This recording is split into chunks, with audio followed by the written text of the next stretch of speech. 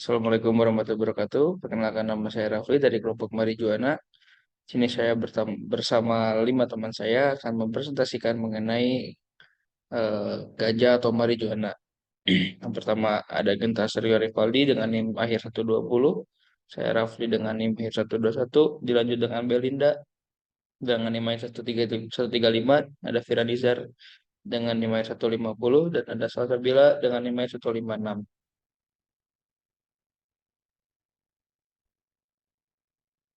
Ganja atau marijuana adalah psikotropika yang mengandung tetrahidrocannabinol dan cannabidiol yang membuat pemakainya mengalami euforia. Ganja biasanya dibuat menjadi rokok atau dihisap supaya efek dari zatnya bereaksi. Penggunaan ganja umumnya dibakar dan menghasilkan banyak senyawa kimia yang salah satunya tetrahidrocannabinol. Senyawa inilah yang menghasilkan sebagian besar efek farmakologis dari rokok ganja.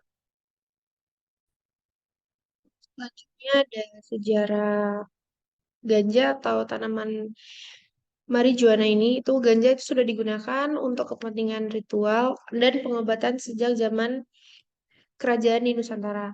Sebelum negara Indonesia terbentuk, secara global dalam jurnal Vegetation History atau Archaeobotany, ganja disebut berasal dari dataran tinggi Tibet, tepatnya di Danau Qinghai. Sementara itu, Kamus Sejarah Indonesia mengatakan ganja berasal dari Laut Kaspia dan ada di Jawa pada abad ke-10.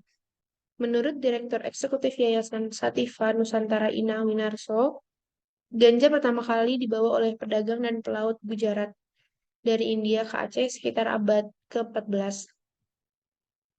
Ganja digunakan oleh orang Gujarat sebagai alat transaksi perdagangan selama beratus-ratus tahun. Ganja juga dimanfaatkan oleh masyarakat Nusantara untuk kepentingan ritual, pengobatan, bahan makanan, dan pertanian. Inang mengatakan kata ganja itu tertulis dalam bab pengobatan di manuskrip kitab kuno Tajul Muluk di Aceh. Kemudian yang selanjutnya ada jenis-jenis ganja. Ganja memiliki dua jenis. Yang pertama ada cannabis sativa. Jenis ini dianggap berharga dan banyak digunakan dalam bidang medis sebagai analgesik, antidepresan, antibiotik, dan sedatif. Hal ini disebabkan karena adanya zat kimia cannabinoids yang terkandung di dalamnya. Zat tersebutlah yang memberikan efek intoksikasi pada manusia yang mengkonsumsi ganja.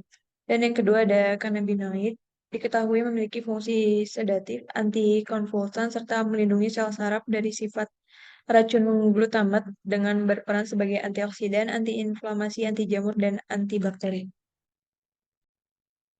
Yang selanjutnya ada proses bekerja marijuana pada tubuh manusia melibatkan beberapa tahap berikut ini adalah ringkasannya. Yang pertama itu konsumsi, yang kedua penyerapan, yang ketiga distribusi, yang keempat interaksi dengan reseptor, yang kelima efek psikoaktif. Nah, penjelasannya adalah, yang pertama itu konsumsi. Konsumsi ada beberapa cara untuk mengonsumsi marijuana termasuk merokok ganja kering atau ganja yang diolah, menghirup uap dari ekstrak ganja, mengonsumsi makanan atau minuman yang mengandung ganja atau edibles, atau mengoleskan minyak ganja ke kulit. Yang kedua itu penyerapan. Setelah dikonsumsi, THC dan senyawa lainnya dalam ganja itu masuk ke dalam aliran darah melalui paru-paru jika merokok, atau saluran pencernaan jika dimakan. Penyerapan THC lebih cepat melalui merokok karena langsung masuk ke dalam aliran darah melalui paru-paru. Yang ketiga itu distribusi. THC yang telah masuk ke dalam aliran darah didistribusikan ke seluruh tubuh termasuk ke otak. THC bersifat lipofilik yang berarti dapat larut dalam lemak. Oleh karena itu, THC dapat terakumulasi dalam jaringan lemak tubuh dan terus dilepaskan secara perlahan ke dalam aliran darah seiring waktu. Yang keempat, interaksi dengan reseptor. THC berinteraksi dengan reseptor cannabinoid dalam sistem saraf pusat. Reseptor ini terdapat dalam berbagai area otak termasuk korteks, hipokampus, dan basal ganglia. Interaksi antara THC dan reseptor kanabinoid ini mengubah pelepasan neurotransmitter, menghasilkan berbagai efek pada fungsi otak.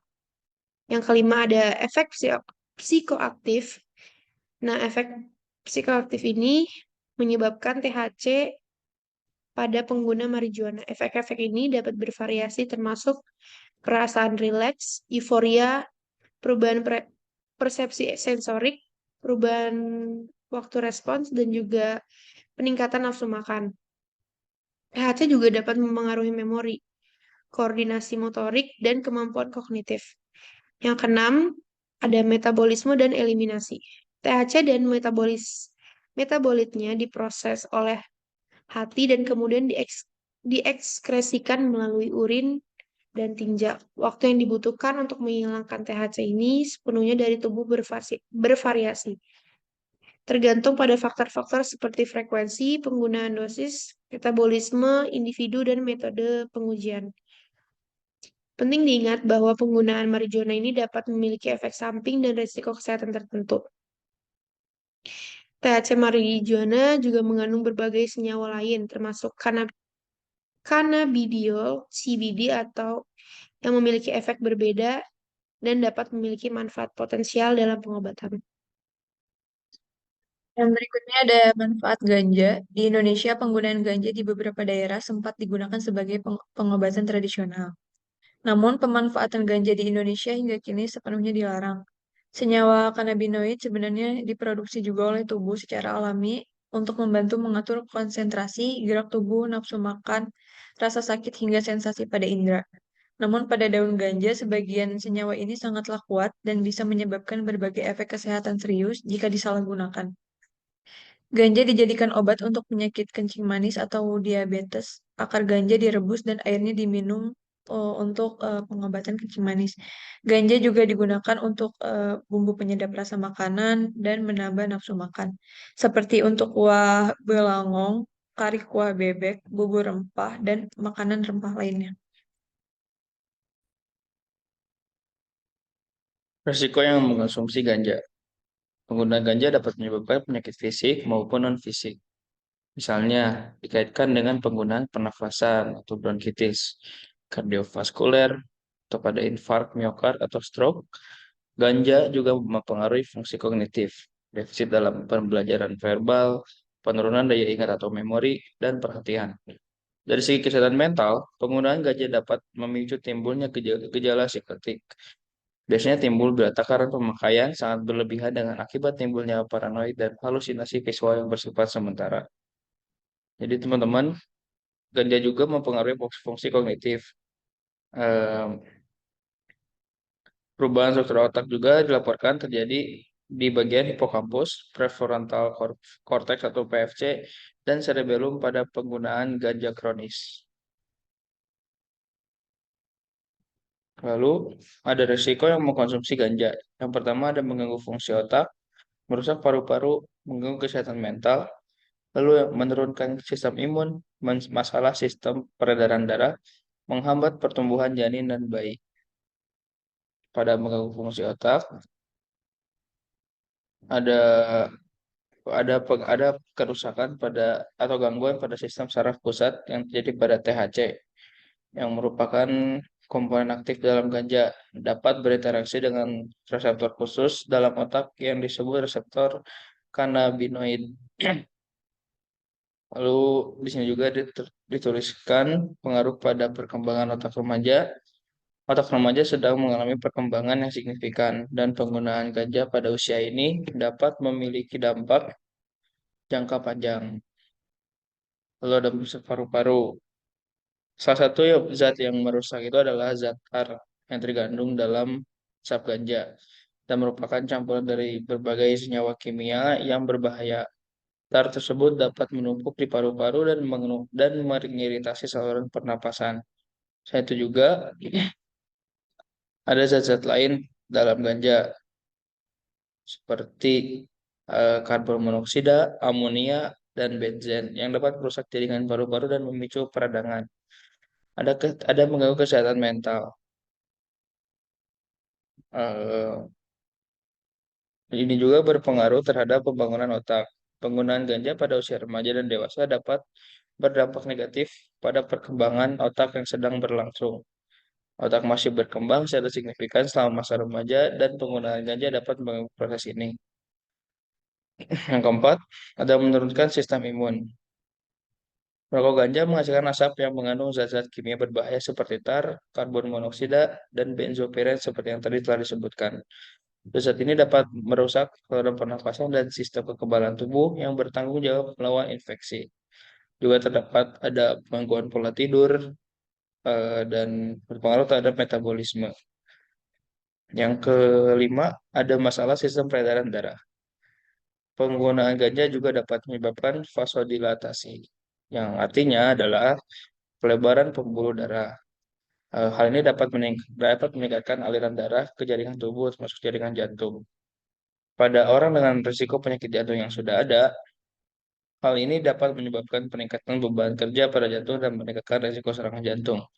Jadi serangan jantungnya lebih tinggi daripada biasanya.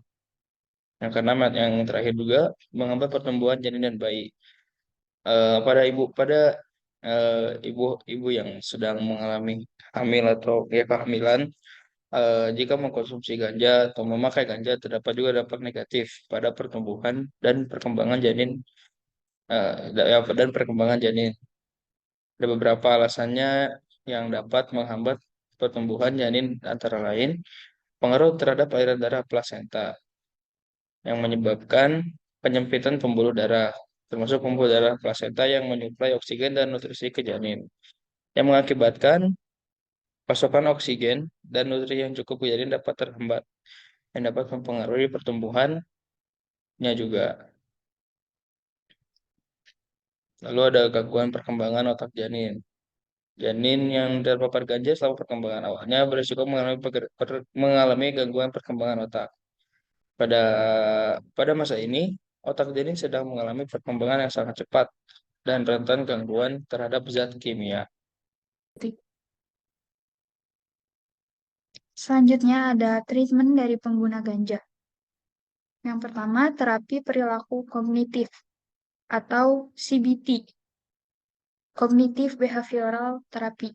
Terapi yang mengajarkan strategi untuk mengidentifikasi dan mengoreksi pikiran serta perilaku agar meningkatkan pengendalian diri, menghentikan pemakaian ganja, dan mampu menghadapi masalah-masalah yang timbul.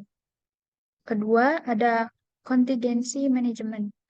Pendekatan ini menggunakan pengawasan penuh terhadap perilaku target dan menggunakan dorongan positif yang membantu modifikasi perilaku. Yang ketiga ada motivational enhancement therapy. Terapi ini ditunjukkan untuk menghasilkan perubahan dari dalam diri pecandu yang memotivasi pecandu untuk berhenti menggunakan ganja.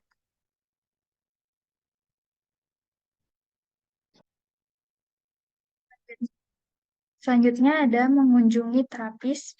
Dalam fase ini, sebagai upaya pertolongan pertama, juga membantu orang tersebut saat menghadapi masalah ingin menggunakan ganja lagi. Jadi, bagi Anda yang ingin menggunakan ganja lagi, sebaiknya mengunjungi terapis. Dan yang terakhir, tidak ada pengobatan yang tersedia dari seorang penasehat penanganan masalah kecanduan. Maksudnya yang melalui psikiater dalam bentuk resep obat untuk mengobati kecanduan ganja. Namun, seorang dokter mungkin akan memberikan resep obat untuk masalah-masalah lain yang berkaitan agar membantu orang tersebut saat ia merasa gelisah, depresi, atau sulit tidur supaya dapat mengalahkan kecanduannya.